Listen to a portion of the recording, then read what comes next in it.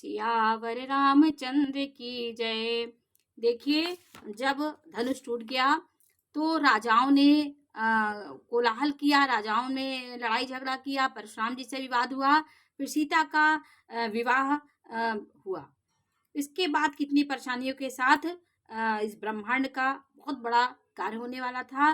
देखिए, जैसे ही इनका परशुराम और रामचंद्र का विवाद खत्म हुआ, उन्होंने रामचंद्र जी की जय जयकार की, उनकी महिमा को जाना, तो सारे देवी देवता प्रसन्न हो गए, फूल बरसाने लगे, नगाड़े बजने लगे, पूरी इस धरती खुशी हो गई, सबके मन हर्षित हो गए, खूब जोर से बाजे बजने लगे, सभी ने मनोहर मंगल साज सजे और सुंदर मुख वाली कोयलों के समान मधुर बोलने वाली स्त्रियां झुंड की झुंड मिल करके सुंदर गान करने लगी। जनक जी के सुख का वर्णन नहीं किया जा सकता, मानो जन्म का दरिद्री धन खजाना पा गया हो। सीता का भय जाता रहा, वो ऐसी सुखी हुई जैसे चंद्रमा के उदय होने से चकोरी की कन्या खुशी हो जाती है। इसी प्रकार ये इस तरह वातावरण था। जनक जी ने विश्वामित्र को प्रणाम किया और कहा, प्रभु ही की कृपा से रामचंद्र जी ने धनुष तोड़ा है, दोनों भाइयों ने मुझे कार्य कृतार्थ कर दिया है। हे स्वामी, अब जो उचित हो वो कहिए। प्रभु प्रसाद धनु भंजेव रामा, आपके प्रभाव से राम ने धनुष को तोड़ा है। वो बहुत गदगद हो गए। मुनि ने कहा कि हे चतुर नरेश, सुनो, यूं तो विवाह धनुष के अधीन था, धनुष के टूटते ही विवाह हो गया।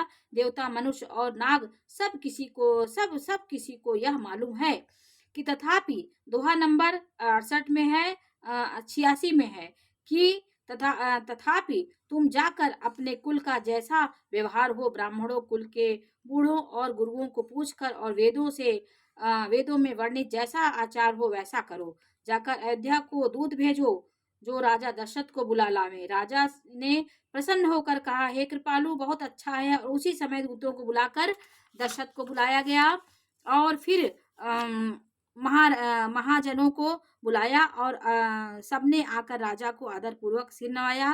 राजा ने कहा, बाजार, रास्ते, देवालय, सारे नगर को चारों ओर से सजाओ। और महाजन प्रसन्न होकर चले और अपने अपने घर आए। फिर राजा ने नौकरों को बुला भेजा और उन्हें आज्ञा दी। विचित्र मंडप सजाकर तैयार किया गया। यह सुनकर वे सब राजा के वचन सिर पर धरकर और सुख पाकर चले। इस प्रकार वहां नजारा था। जैसे ही रामचंद्र जी का ऐसा भव्य आयोजन हो रहा था जनकपुर में कि देखते ही बनता था। संसार का सारा सौंदर्य वहां पे आ गया था। उन्होंने अनेक कारीगरों को बुला करके मंडप बनवाए। कुशल और चतुर जो कारीगर थे, तो ब्रह्मा की वंदना करके